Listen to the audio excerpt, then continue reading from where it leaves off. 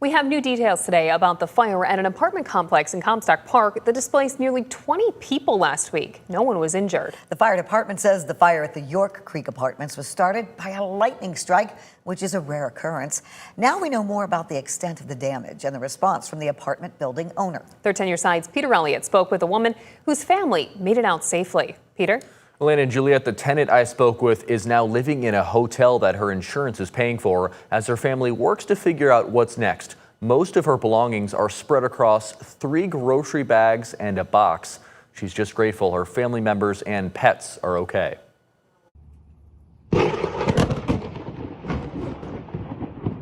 It all happened in a flash. I heard someone beating on my door, yelling fire.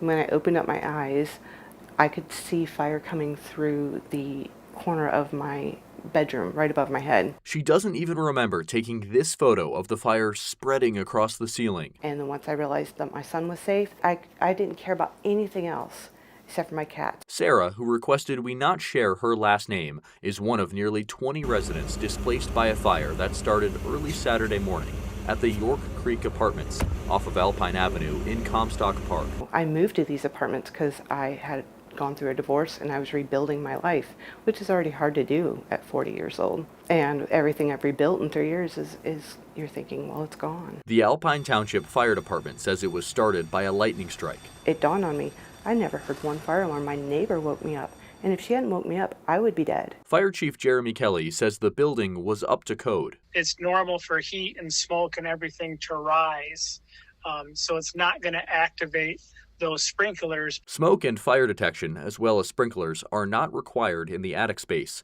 The complex is run by Land & Company, a property management group based in Wyoming. We had a fire years back in York Creek that was also due to a lightning strike over in the other part of it. Kelly says those two are the only lightning-related fires he's aware of in his 27 years with the department. That's why this is a little bit of an isolated event. Sarah has since returned to the apartment, but not for long.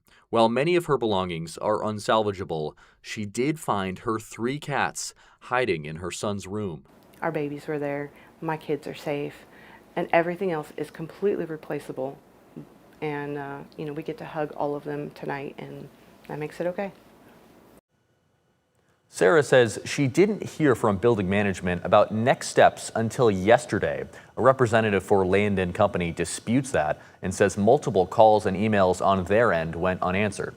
Fire Chief Jeremy Kelly says that 12 of the 24 units were damaged as a result of the fire. He estimates the cost to rebuild is about $275,000.